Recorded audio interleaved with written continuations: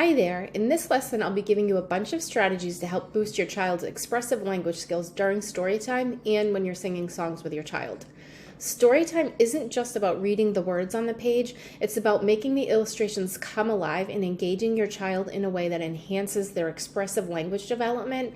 And you'll see in Module 4, I'll be giving you a bunch of strategies to work on their receptive language skills during story time. But anyway, first, let's talk about choosing the right kind of books. You want to make sure that you're choosing age-appropriate books for your child. Make sure that the books have predictable, repetitive text to enhance engagement and encourage participation. When your kiddo hears the same story or nursery rhyme over and over again, they may begin to read along with you because they've remembered the repetitive and predictable text. Try doing a fill in the blank where you leave off the last word of a familiar line to see if they'll fill in the blank. For example, when you're reading Brown Bear, you say, Brown Bear, what do you see? I see a red bird looking at, and then just pause, maybe look over at your child, but whatever you do, don't say the word, say it, what comes next, what is it? I know you know this. Remember, no pressure or demands. One thing I do when I'm reading these kinds of stories is I'll say the last word in like a silly, high-pitched way to make it more motivating for the kiddos to want to fill in the blank because they're going to want to say it the same silly way that you said it.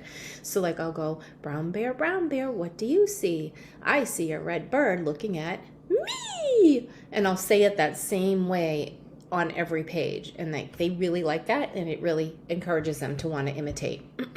Speaking of repetition, as you already know, it's a powerful tool in language development. When you come across objects in the illustrations, name them multiple times. For example, if there are 5 cars on the page, point to each car and say, car, rather than counting the cars. Okay, now let's switch gears a bit and talk about the power of music in language development. Singing nursery rhymes and simple songs together is a fantastic way to enhance language skills. The rhythmic patterns and the repetition in songs are excellent for memory and learning. Songs like Twinkle, Twinkle, Little Star or Wheels on the Bus are great because their repetitive nature helps your child anticipate what comes next, reinforcing their understanding and recall of words and phrases. You can make singing time even more interacting by incorporating a fill in the blank, just like during story time. For example, start singing Twinkle, Twinkle, Little, and then just pause and see if your child will fill in the word star. So this encourages active listening and participation, making the learning process dynamic and engaging. But again, we're not going to put any demands on our kiddos to say the word star. If they don't say it, no worry, you just fill in the blank and then carry on with the song. Incorporating actions with songs is another fun way to enhance the experience. For example, when singing the Wheels on the Bus, you can mimic the actions together. So the wheels on the bus go round and round can be accompanied by rotating your hands in a circular motion, right?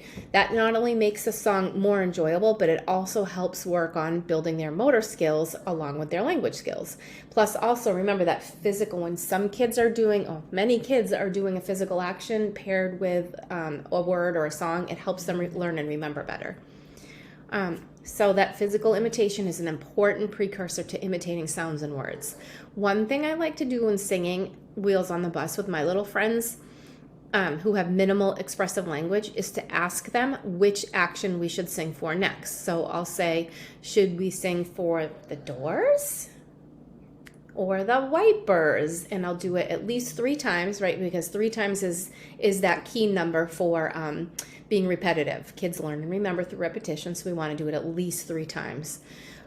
So what you can do is even if the kids can't say with words what they want, maybe they'll be able to do the hand motion eventually. It can take a while, so be patient. Sing the song often, like several times a day for the repetition to help them figure out the expectation and to just be exposed to those different hand motions. So remember that the goal here is to make learning fun and interactive. The more you engage with your child through story time and singing, the more they will develop their language.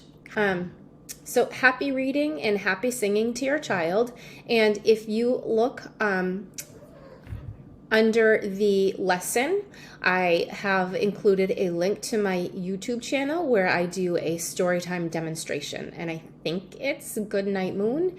But anyway, click on that and you can see a little bit more of that in action. Take care. Thought I would share some of my storytime favorites that I love to read to all my little friends. They all have that predictable, repetitive text and that rhythmic pattern. So Brown Bear, What Do You See by Eric Carle. Goodnight Moon by Margaret Wise Brown. Pete the Cat, I Love My White Shoes. That's my personal favorite, but any of the Pete the Cat books are probably really good. And that series is by Eric Litwin, James Dean, and Kimberly Dean. Yummy Yucky by Leslie Patricelli. Chicka Chicka Boom Boom by Bill Martin Jr. Llama Llama Red Pajama by Anna Dewdney. Five Little Monkeys by Eileen Cristolo, and One Fish, Two Fish, Red Fish, Blue Fish by Dr. Seuss.